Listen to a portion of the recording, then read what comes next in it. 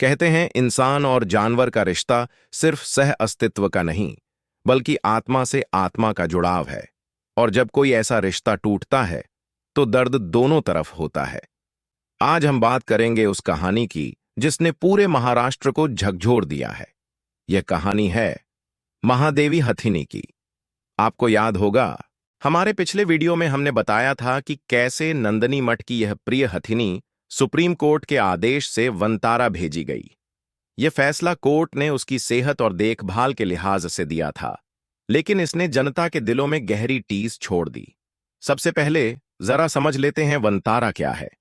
गुजरात के जामनगर में स्थित यह एक विशाल वन्यजीव संरक्षण और पुनर्वास केंद्र है, जिसे रिलायंस फाउंडेशन और अनंत अंबानी ने स्थापित किया है। यहां हाथी, बाघ, शेर, कछुए और कई दुर्लभ प्रजातियों के जानवरों की देखभाल की जाती है। यह सिर्फ एक जानवर के लिए आंदोलन नहीं था, यह उस सांस्कृतिक विरासत के लिए था जो पीढ़ियों से चली आ रही है। स्थानीय लोग मानते हैं कि महादेवी मठ की आत्मा है और बिना उसके नंदनी अधूरी है।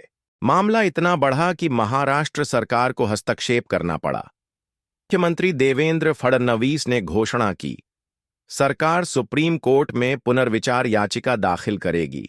साथ ही वनतारा और मठ के बीच बातचीत शुरू हुई है, एक ऐसे समाधान के लिए जहां मठ में ही आधुनिक सुविधाएं विकसित की जा सकें। आगे 3 संभावनाएं हैं, या तो महादेवी मठ लौटे, या फिर वनतारा में रहे, या एक मध्यम मार्ग निकले जहां दोनों पक्षों की चिंताएं दूर हों।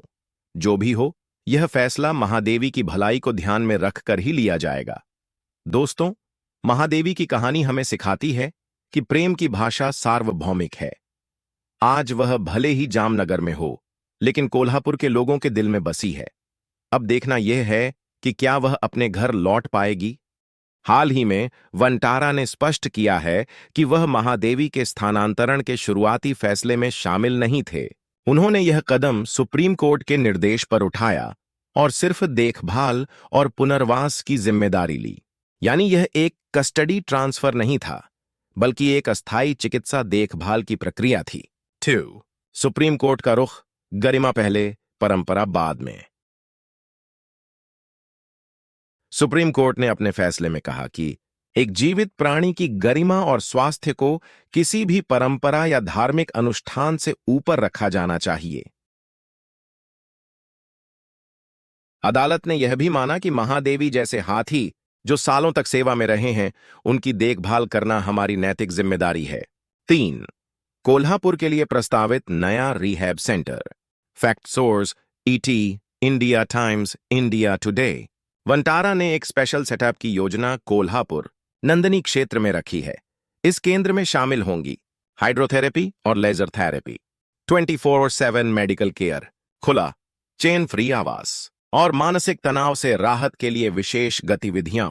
लेकिन यह सब सिर्फ कानूनी मंजूरी मिलने के बाद ही संभव होगा। सरकारी सहयोग, संयुक्त याचिका और नया उपकेंद्र। Fact source, TUI, Hindustan times.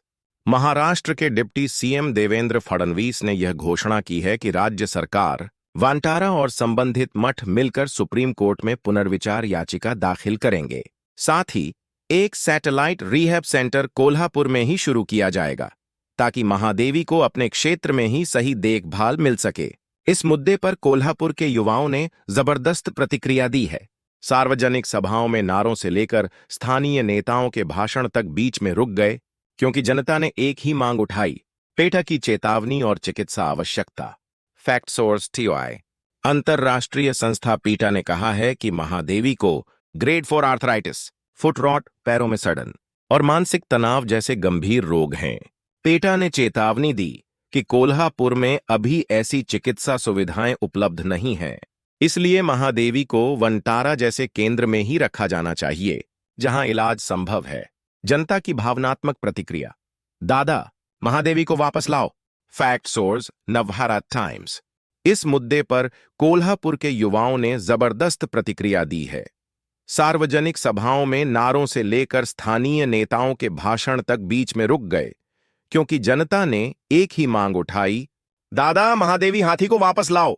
यह एक भावना है, पर क्या यह भावना तथ्य और चिकित्सा आवश्यकताओं के सामने टिक पाएगी।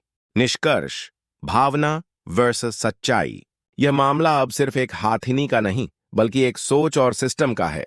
क्या हम परंपराओं में उलझकर किसी जीव की पीड़ा को नजरअंदाज करेंगे, या फिर आधुनिक चिकित्सा, संवेदनशीलता और न्याय के सहारे उसका वास्तविक भला करेंगे?